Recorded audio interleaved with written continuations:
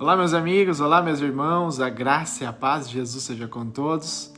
Graças a Deus, estamos mais uma noite reunidos, mais um momento podemos aqui aprender, com a palavra de Deus, com instrumentos, com livros, tudo aquilo que agrega conhecimento, para que possamos nos tornarmos cada dia mais, cumpridores, seguidores, possamos sempre estar ali fazendo o que apraz aos olhos do nosso Deus. Amém? Que Deus abençoe cada um de vocês que estão entrando. Fico muito contente, muito feliz.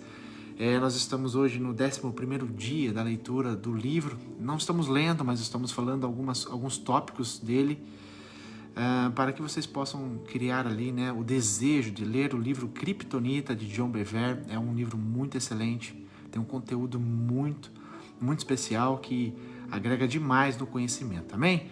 Então hoje nós estaremos falando sobre a idolatria do crente. Nós sabemos que idolatria é terrível, mas é a idolatria que vem dentro do povo de Deus. Essa é terrível ao dobro, não é verdade? Então hoje nós vamos falar um pouquinho sobre isso e eu creio que Deus vai ministrar no seu coração para que em tudo você tenha conhecimento, discernimento, não só para aplicar na sua vida, mas também para ensinar e ajudar as pessoas à sua volta. Amém? Então a idolatria do crente. Esse é o tema de hoje. Vamos ver aqui que John escreveu no seu livro e vai ser muito bom. Eu vou estar lendo aqui com vocês e eu acredito que vocês vão estar se informando cada dia mais. Olha só, a idolatria entre as pessoas do mundo já é ruim o bastante. Isso é verdade. Mas encontrá-la entre aqueles que têm uma aliança com o Deus vivo é terrível. Como é terrível? Tiago se refere a esse tipo de idolatria como adultério. Então, igreja, Tiago está dizendo que é comparado como adultério. Por que é comparado com adultério? Porque Jesus morreu pela igreja, Jesus ali abriu o caminho para a noiva, para a igreja. Uma aliança que Jesus ali, através de Deus Pai, concedeu a toda a humanidade. Então todos que entram nesse compromisso com Jesus Cristo, a partir do momento que entra uma aliança e a pessoa ela desobedece, uma pessoa quebra os princípios, quebra ali, basicamente aquilo que deve ser feito, então entra como um adultério. Então isso é o que o Tiago diz para nós, Então o Tiago se refere a esse tipo de idolatria como adultério, e ele é rotulado assim porque temos uma aliança com Deus. E assim como um marido ou uma esposa que é infiel a seu cônjuge, quando nos entregamos à idolatria somos infiéis ao nosso marido, o Senhor Jesus Cristo, pois ele é o noivo, e a igreja é a noiva. E o rei Saul, que ele cita, um episódio da história, todos nós, eu acredito que somos conhecedores, quando o povo começou a começou a pedir, clamar, ali para Samuel, para os homens que estavam à frente de Israel, que erguesse um rei. Eles necessitavam de um rei, porque os outros povos tinham um rei e eles queriam um rei também. Ali foi dito a eles, peraí, vocês têm o Deus Todo-Poderoso como nosso rei, Agora vocês querem levantar um homem que é fraco, que é infiel, que é suscetível a tantos erros, que vai pegar tributo de vocês, vai ali basicamente colocar carga em cima de vocês. É isso mesmo que vocês querem? Era isso que eles queriam. Então a gente vê que foi levantado o rei Saul, foi o primeiro rei, E a gente sabe que ali o rei Saul teve uma ordem da parte de Deus que era para destruir os amalequitas, Aqui no Antigo Testamento a gente vai ver que Israel tinha uma aliança com Deus, originada através de seu pai Abraão, e Deus ali havia dado ao rei de Israel, Saul, uma direção através do profeta Samuel. Ele diz assim, isso daí você lê lá em 1 Samuel 15, a partir do verso 1 mesmo, que diz: escute agora a mensagem do Senhor. Então não havia como não entender a vontade de Deus. Foi direta, ele foi ao ponto, e o rei recebeu essa ordem de destruir os amalequitas, todos os homens, mulheres, crianças, animais. Então essa aqui era a vingança de Deus para a forma como Amaleque se opôs a Israel quando estava fugindo lá no tempo do Egito, Então eles estavam ali em sua época mais vulnerável. Então o rei Saul, pessoal, agora imediatamente convocou ali seu exército, mobilizou o seu exército para o quê? Para atacar Amaleque, No entanto, nós lemos que Saul, ele atacou sim os amalequitas por todo o caminho, desde Avilá até Sur, e o leste do Egito, e ele capturou ali o rei dos amalequitas, né? Um homem chamado Agag, rei dos amalequitas, e exterminou todo o seu povo. Então, mas ele cometeu aqui um grande equívoco. Por quê? Porque Deus falou que era para destruir todos, tudo, né? E ali a gente vê que Saul não fez isso, né? Saul poupou o quê? Poupou o rei Agag, poupou o melhor das ovelhas, poupou o melhor dos bois, né? Os bezerros gordos, os cordeiros. Pouparam tudo que era bom, mas tudo que era desprezível e inútil eles destruíram por completo. Olha só, tem algo muito importante aqui que nós precisamos entender. A ordem de Deus para Saul era para destruir tudo. Não era para poupar nada. Mesmo que fosse bonito, bom aos teus olhos. Aqui que entra um perigo grandioso no meio do povo de Deus. Uma palavrinha pequenininha que parece ser boa, mas tem hora que faz muito mal, né? É aquilo politicamente correto. Quantas pessoas não andam no politicamente correto? Eu acho que é bom. Eu acho que pode ser assim. Eu acho que vai dar certo. Acho que Deus vai aceitar. E quando Deus nos dá uma ordem, igreja, quando Deus nos mostra algo para fazer, ordena algo ser feito, nós temos que fazer justamente aquilo que Deus mandou, aquilo que Deus ordenou. Amém? Então, o que Saul fez?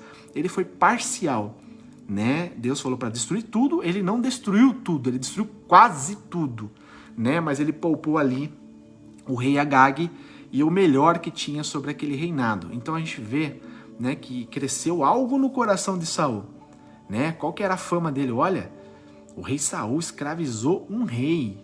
Então a gente vê que entrou uma soberba, entrou algo dentro do coração dele que não era o que Deus queria. Então a gente vai vendo, né, que depois que isso aconteceu, na sequência do texto aqui de 1 Samuel 15, né, no verso 7 ao 9, a gente vai vendo que para muitos poderia parecer que Saul de fato obedeceu a palavra do Senhor.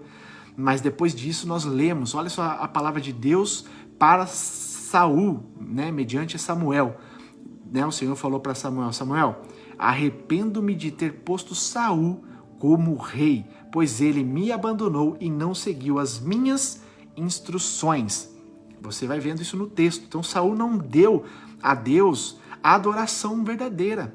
Sabe o que significa adoração, igreja? A verdadeira adoração do homem para com Deus?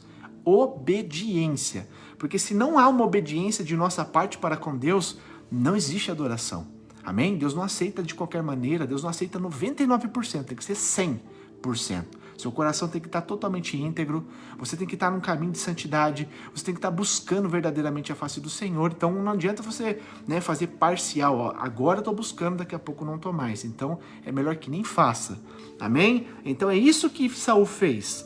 Né? Saul não deu a Deus a verdadeira adoração, a obediência que Deus merecia. Ele não foi fiel a Deus. Então a gente vai vendo que nós temos que ser fiel a Deus, temos que ser íntegro ao Senhor 100%. Porque Deus entregou Jesus Cristo para mim e para você, para comprar a mim e comprar a você, tudo, integral. Deus entregou tudo em favor da humanidade. O seu único filho, o Filho Santo, né, o unigênito, foi entregue por nós, com morte de cruz. Então a gente tem que entender, igreja, que não é por mérito, né? Não é o que você possa fazer nessa terra que possa, né, compensar o que Deus fez por você, porque a própria palavra diz, não foi nós que amamos a Deus, e sim Deus que nos amou.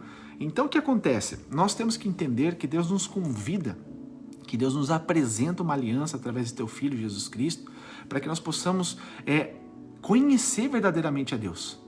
O nosso Deus, ele é autossuficiente em tudo, ele não precisa de mim, de você, mas ele tem o prazer em mim, em você. Então, mas existe uma necessidade real, fundamental em mim e você, servirmos ao Senhor de todo o coração, com toda integridade, para que Deus possa se agradar de mim e de você, amém? Para que se cumpra em mim e você a vontade dele. Então Samuel ali confronta Saul, né? A gente vê que ele estava enganado, né? Ele nega totalmente a acusação, mas Samuel, que ele aponta os animais que estavam sendo sacrificados, e Saul, né, tenta ali colocar a culpa no povo. Sempre é assim, você já percebeu? Né? Quando começa a ser exposto o seu pecado, exposto ao seu erro, sempre tem alguém que é responsável por você fazer pecar, fazer errar. Não foi assim lá no Jardim do Éden, lá na origem da humanidade, né? Quando Deus ali chamou Adão, cadê você? Cadê você? E Adão se apresenta ali com toda vergonha, né? Ressentido, porque sabia que algo havia acontecido, né? O que era eterno, o que era santo, já não estava mais nele. Agora a morte se apoderou do corpo do homem. Então, quando Deus ali chama a atenção de Adão, né? E fala, por que você fez isso? Eu te dei tudo. Eu dei todo esse jardim para você. A única coisa que eu pedi é que você não tocasse nesse fruto. Por que você foi tocar? Ah, porque olha só a mulher que você me deu. Você vê como que é as coisas? Se não fosse a mulher, não tinha feito isso. Ou seja, cadê a minha responsabilidade? Deus deixou deveres para nós, obrigações para nós. Nós somos responsáveis pelas nossas ações. E a própria palavra de Deus diz que quando a Eva estava sendo aliciada ali, né, pela serpente, pelo enganador, a palavra fala que Adão estava do lado. Se você ler atentamente as escrituras, você vai ver que Adão não estava passeando por aí, nadando na cachoeira, não. Ele estava do lado de Eva. Então ele não se posicionou em nada. Então não é livre da responsabilidade, não é, né, ali vítima. Ele sabia o que estava fazendo e ele aceitou. Então Samuel está chamando a atenção de Saul porque Saul sabia o que era reto aos olhos do Senhor e mesmo assim não cumpriu. Então a gente vê ali que claramente, né, Saul tenta colocar a culpa no povo, mas Samuel o corrige dizendo, olha, não, é você quem está no controle. Ou seja, Deus levantou você como rei, não as pessoas. Você tem obrigação sobre elas, você tem autoridade sobre elas. Você é rei, né? Então foi você quem desobedeceu a Deus. Então, uma vez que Saul se encontra ali encurralado pelo confronto profético de Samuel, a gente vê que claramente Samuel declara uma verdade muito incrível aqui, né? Que é sobre a arrogância. Quantas pessoas não são arrogantes? Quantas pessoas não usam de arrogância quando está no auge, né? Quantas pessoas não usam de arrogância quando começa a conhecer a Deus e começa a tomar para si o poder de Deus como se fosse seu, né? Mas na verdade nós somos os mais miseráveis, né? Quanto menor a gente for, mais seremos usados por Deus. Quanto mais humilde, mais íntegro, mais seremos usados pelo Senhor. A partir do momento que entrar a arrogância, a soberba, qualquer tipo de sentimento de se apoderar do poder de Deus, acabou. Deus não tem mais nada conosco. É assim que funciona. Amém? Então a arrogância é como o mal da idolatria. Samuel deixa claro, olha, a arrogância do homem é como uma idolatria. Né? Arrogância significa o quê? Assumir uma atitude de prepotência. Né? É o quê? É o desprezo em relação a algo. Sabe aquela pessoa que despreza? Aquela pessoa que se sente, né, superior a alguma coisa, alguma situação, algum pensamento, né? E ela despreza quem é inferior, despreza quem não alcança aquele nível. Isso se chama arrogância. Deus detesta isso. Amém? Deus detesta a pessoa arrogante. E é comparado como uma idolatria. E pessoas arrogantes, né, não têm acesso a Deus, não têm a vida eterna, não têm condições de uma pessoa, né, nesse estilo, nesse comportamento, alcançar a graça de Deus. Tem uma palavra que Davi diz em Salmos que eu acho muito profundo, que marcou muito o meu coração quando eu li, e eu gravei isso no meu coração. A palavra de Deus diz assim que o humilde, né, sabe aquela pessoa que é humilde? Ela não passa de um sopro. A gente sabe que um sopro acabou, na verdade. Chegou, passou. Agora, o arrogante, Davi fala assim, ele não passa de uma mentira. Ele nunca foi nada. Você vê o peso disso? Então, igreja, vamos tomar cuidado. Não vamos deixar a soberba nem a arrogância entrar em nossos corações, porque isso é o princípio da maldade. Isso é uma semente para nos destruir, para nos conceder um coração corrupto, um coração afastado de nosso Deus. E o homem que não guarda a sua casa, que não guarda o seu coração, que não se desvia do mau caminho, ele é contaminado por esse tipo de sentimento, por estas coisas. Tudo bem, Sidney? Graça e paz, meu amigo. Deus abençoe. Então é isso que nós estamos vendo, né? Samuel alertando e indicando para Saul aquilo que ele fez de errado. Né? Essa declaração sobre a arrogância, que é um mal comparado com a idolatria. Então a arrogância, como a gente diz aqui, significa se assumir essa atitude, né, de prepotência, de desprezo em relação a alguém, ou a algo. E Saul desprezou a verdade de Deus, né? Ele desprezou a obediência completa ao Senhor. Então as palavras é como, né? Aqui sobre o que Saul diz é como, né? Ele diz assim, é como a idolatria. Ou seja, é comparado.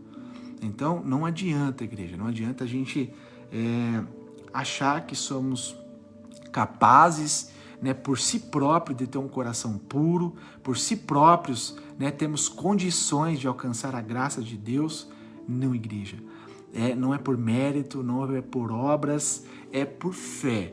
E essa fé, esse estilo de fé que nós temos, a gente vai adquirindo experiências, maturidades para com Deus, para nos purificar e nos libertar e tornarmos livres de toda essa maldade, né, que está imposta no mundo. Então nós vamos, como Jesus diz claramente lá em João 17, que é uma palavra que marca muito meu coração também, que Jesus faz a seguinte afirmação: assim como eu não sou deste mundo, eles também não são. Ou seja, a nossa pátria não é aqui no mundo terreno, por mais que vivamos no mundo terreno, porém, a nossa eternidade não é aqui, a eternidade é com Cristo. Então esse tem que ser o alvo, amém? A busca tem que ser sobre isso, sobre o que é eterno, sobre o caminho de salvação. E a palavra é muito bem clara que o caminho para nos levarmos à salvação é um caminho estreito, apertado, ou seja, não é de qualquer jeito, não é de qualquer maneira que caminhamos, não é qualquer coisa que a gente carrega nas costas, ou seja, tem que ter, né, uma reverência, tem que ter uma disciplina, uma obediência, para que em tudo, igreja, possamos ser mais que vencedores em Cristo Jesus, tá bom? Então não é porque Deus é malvado, porque Deus gosta de castigar, não, pelo contrário. É o homem que muitas das vezes, né, ali pela sua consciência, pelos seus desejos, pelas cobiças, por tudo aquilo que os olhos incha, acaba trazendo para o seu coração um monte de entulho, um monte de sentimento errado, um monte de direcionamento errado e se esquece do fundamento que é buscar ao Senhor acima de tudo e de todos. Amém? Então é isso que nós temos que entender, igreja. É isso que nós temos que entender, né? E outra coisa que eu achei muito interessante, né, que tá escrito aqui no livro em relação a isso, que não há palavras hebraicas ali dizendo, né, que é como idolatria. Ou seja, arrogância é como idolatria. No texto original não existe essa palavra é como. Ele diz diretamente: a arrogância é idolatria. Ele afirma. Não fala que é semelhante, ele fala que é a mesma coisa para Deus. É a mesma coisa.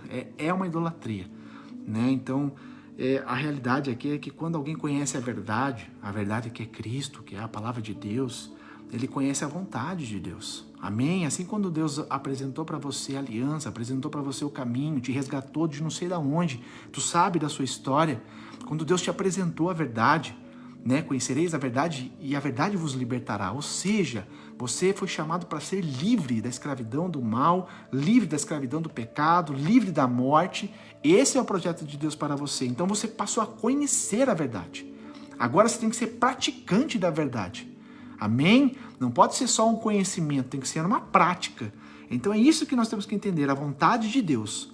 Conhece o que Deus tem falado, né? O mesmo assim, né? Saul, ele desprezou, ele não obedeceu, então é comparado como a idolatria. E qual que é a razão disso tudo? Né? Sua própria vontade. Quantas pessoas hoje, igreja, né, por causa da sua própria vontade, por causa da sua agenda, por causa dos seus desejos, dos seus anseios, né, os desejos desenfreados da vida, de querer conquistar, de querer, né, ali para si mesmo, e acaba se metendo em encrencas, começa a se esquecer dos princípios, começa a se esquecer da onde veio, quem ele é perante o Senhor. Isso é um perigo terrível. Por quê? Como Saul, os anseios aqui dele foram colocados acima do Deus vivo. A vontade dele era tanta de querer ser glorificado, aclamado pelo povo. Imagina, para pensar. Deus falou para ele assim: entra lá, destrua tudo dos amalequitas. Destrua tudo. Tudo é tudo, igreja. Quando a palavra de Deus diz tudo, é tudo. E ele simplesmente entra, ele destruiu 90% do povo, dos animais, e ele levou cativo o rei e os melhores animais para o reino. Então ele desobedeceu, porque ele não cumpriu 100%, ele cumpriu parcial. E para que levar escravo um rei? Se não é para ser aclamado, se não é para ser glorificado pelo povo. Olha, o rei Saul escravizou outro rei. Ele é o cara, não é? Esse tipo de sentimento que estava no coração de Saul. E Deus já falou para ele assim: não estou mais contigo, Saul. Agora você está à sua própria sorte. Está sozinho. Imagina. Que triste. Que situação lamentável. Uma hora você tem o Deus Todo-Poderoso do teu lado. E a gente vê através da história. Lembra Josué? Deus lado a lado com ele, as conquistas, coisas extraordinárias, né?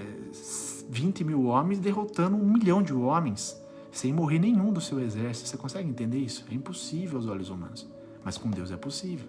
Então Saul trocou o que é eterno, o que é maravilhoso, o que é poderoso, o que é santo, o que é justo, o que é acima de tudo, o que é criador do céu e da terra, por algo tão pequeno, tão banal, tão fútil, só para alimentar o seu desejo, alimentar o seu coração. Você viu o tipo de idolatria, de ídolo que ele colocou no coração, acima de Deus? Eu prefiro agora ter esse tipo de sentimento, ter esse tipo de conhecimento, reconhecimento, as pessoas me reconhecer como poderoso, em troca eu não obedeço ao Deus Todo-Poderoso, que me dá a vitória. Então é muito perigoso, igreja, é muito perigoso. Então isso que nós temos que entender, né?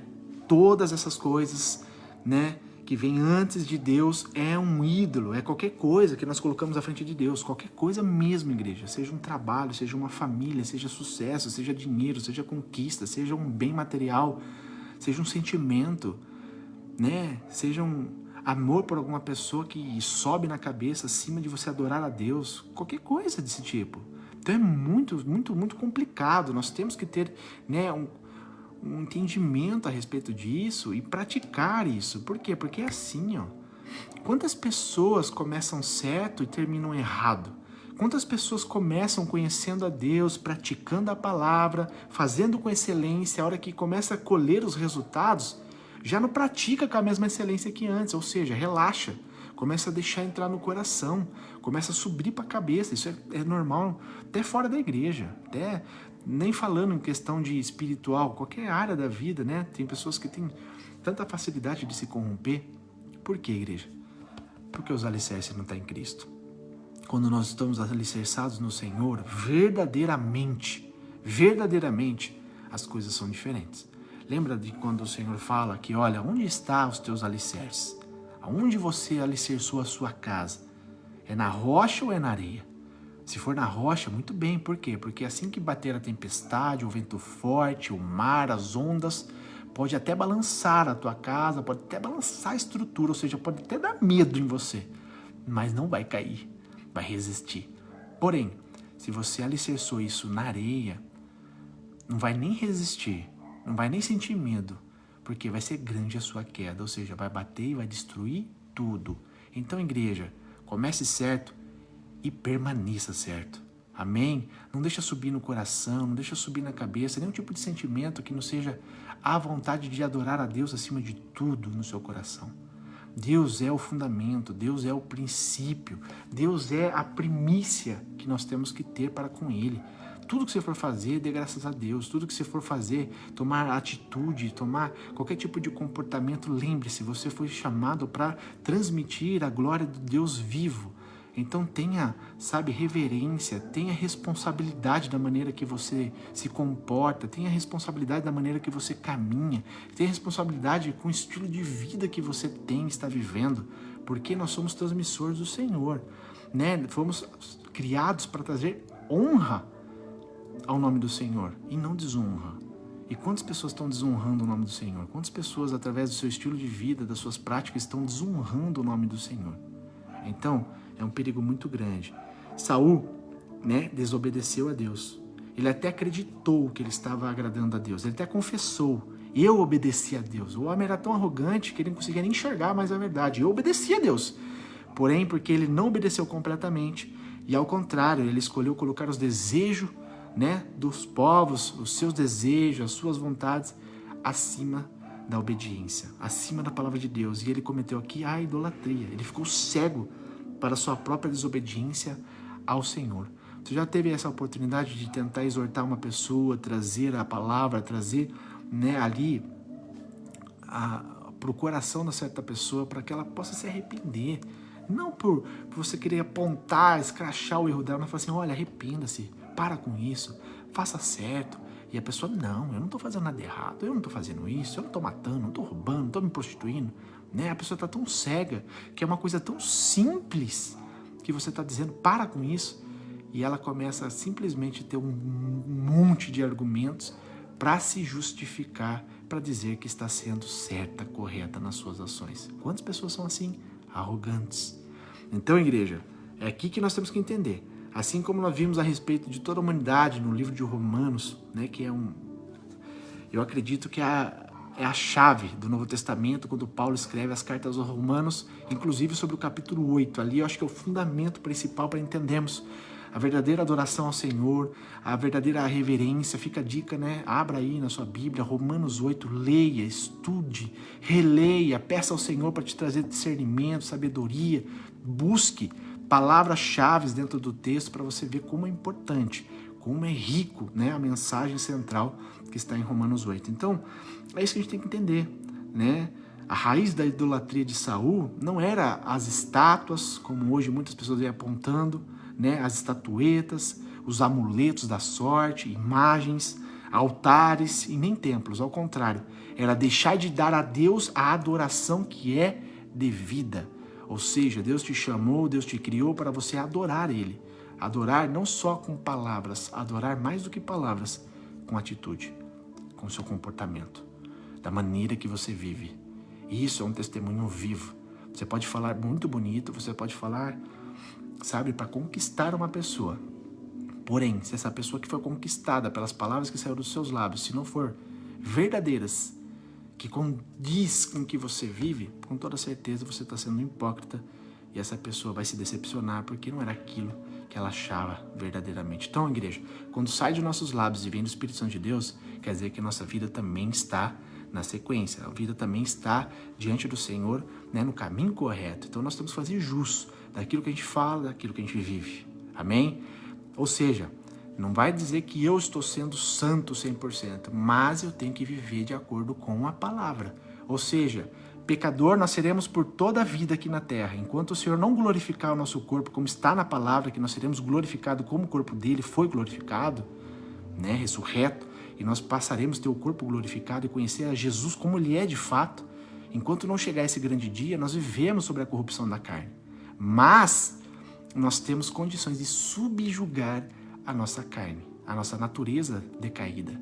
Por quê? Porque o sangue de Cristo nos deu autoridade. O sangue de Cristo nos cobriu de todo o pecado, pagou de vez o nosso pecado e nos trouxe o caminho da santidade, da purificação, da justificação por amor a Cristo Jesus. Então, igreja, não é desculpa. Tem sim como viver uma vida de santidade com Deus. Tem sim como deixar o pecado de lado. Tem sim como você viver com uma integridade como nunca antes. Tem sim a oportunidade. Basta querer. Basta tomar uma decisão. Amém? Então hoje essa palavra, né? Deus, Ele entende o nosso coração por completo, né? E então, portanto, Ele tolera o nosso comportamento ou aprova o nosso estilo de vida quando na realidade estamos em oposição a Ele e nos tornando inimigos de Deus. Então o que acontece? Quando a gente pensa em trocar a verdade pelo engano e acredita que Deus está do nosso lado, nós pensamos que Ele entende o nosso coração. Desculpa que eu acabei cortando um pedaço aqui, soou errado, né, a mensagem. Quando nós passamos a trocar a verdade pelo engano, quando a gente se confunde ou acredita que estamos fazendo certo, mas na verdade estamos sendo enganados, né? A gente acredita que Deus está do nosso lado. Saul acreditou que Deus estava do lado dele. Mas na verdade não estava mais. Deus já tinha até recusado mais ele. Falou assim, eu não tenho mais nada contigo, Saul, não adianta. A minha excelência não está mais com você. A minha presença não está mais com você. Você está à própria sorte agora. Imagina um Deus Todo-Poderoso falando isso, né? E quantas das vezes a gente pensa que a gente está certo, que a gente está com Deus do nosso lado, mas na verdade a gente está sendo tolo.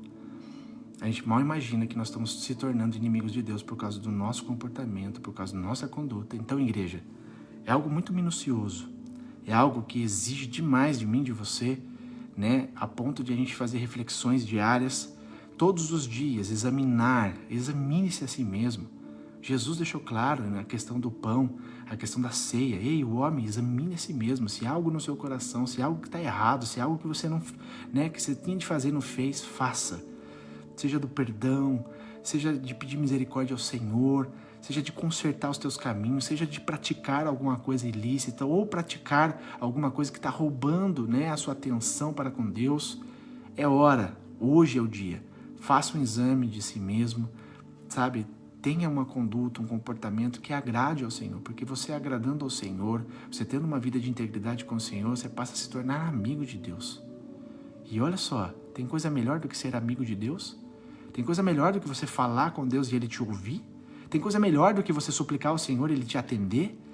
Tem coisa melhor do que você interceder ao Senhor por uma pessoa e Deus te abençoar com aquilo que você está pedindo, clamando? Igreja, é algo que não tem preço.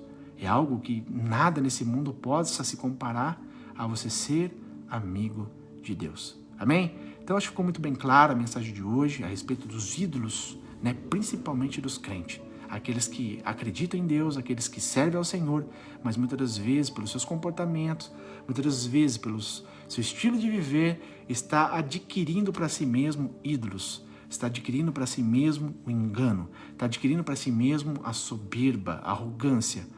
E acha que está com Deus, mas na verdade está longe de Deus. Então, igreja, que nós não sejamos essas pessoas. Amém?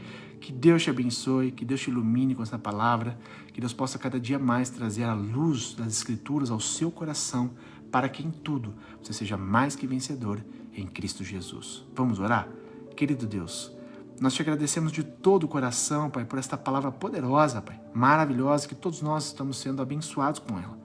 A respeito, Senhor, da idolatria no meio do teu povo.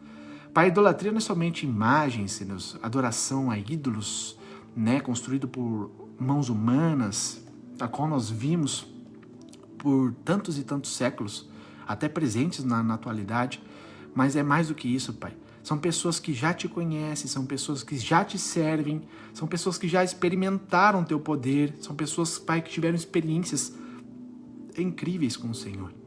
Mas devido ao comportamento, devido, Senhor, as situações e circunstâncias acabam criando para si mesmo ídolos, meu Deus, como arrogância, ídolos, Senhor Deus, como a soberba, ídolos, meu Deus, como tanto tipo de sentimento, Pai, a qual o Senhor detesta e o Senhor não faz parte. Pai, que todos nós possamos, Pai, pedir a Ti agora nessa noite, querido Espírito Santo, sonda-nos, ó Deus, agora neste momento, sonda a nossa mente, sonda nosso coração. Se houver, Pai, qualquer resquício, Senhor Deus, de mal dentro de nós, se houver qualquer resquício em nossa mente, em nosso coração, de coisas que não pertencem a Ti, Pai, eu clamo a Ti, Senhor Deus, eu suplico a Ti de todo o meu coração, arranque de nós, Pai, pois nós queremos Te servir, Senhor Deus, com toda integridade, com todo o coração. Pai, nós não somos necessitados de Ti, Senhor Deus, a todo tempo, Pai. Sem Ti nada somos, nada podemos fazer. Pai, tenha misericórdia de nossas vidas. Eu clamo a Ti agora, Espírito Santo de Deus, que o Senhor possa nos renovar, Pai. Renovar nosso ânimo, nossas forças. Pai, ter um encontro conosco, Senhor, a qual, Pai, possamos verdadeiramente servirmos ao Senhor em espírito e em verdade. E todo o povo de Deus que a recebam, Pai, que creiam nessa palavra, digam amém. Graças a Deus. Amém? Que Deus te abençoe. Fique na graça, na paz de Jesus Cristo. Medite nessa palavra. Medite, é muito importante. Lembre-se, né, de histórias a qual já foram escritas, já passaram, para que nós não venhamos cometer os mesmos enganos, os mesmos erros, mas possamos ser prudentes, vigilantes, para que em tudo Deus possa se agradar de nós. Amém? Que Deus abençoe seu coração, uma boa noite. Deus abençoe vocês. Amanhã quem vai trabalhar, que Deus abençoe o teu trabalho. E amanhã às 19 horas estaremos aqui mais um momento com Deus, podendo desfrutar da tua santa palavra. Que Deus abençoe você, meu amigo e minha amiga.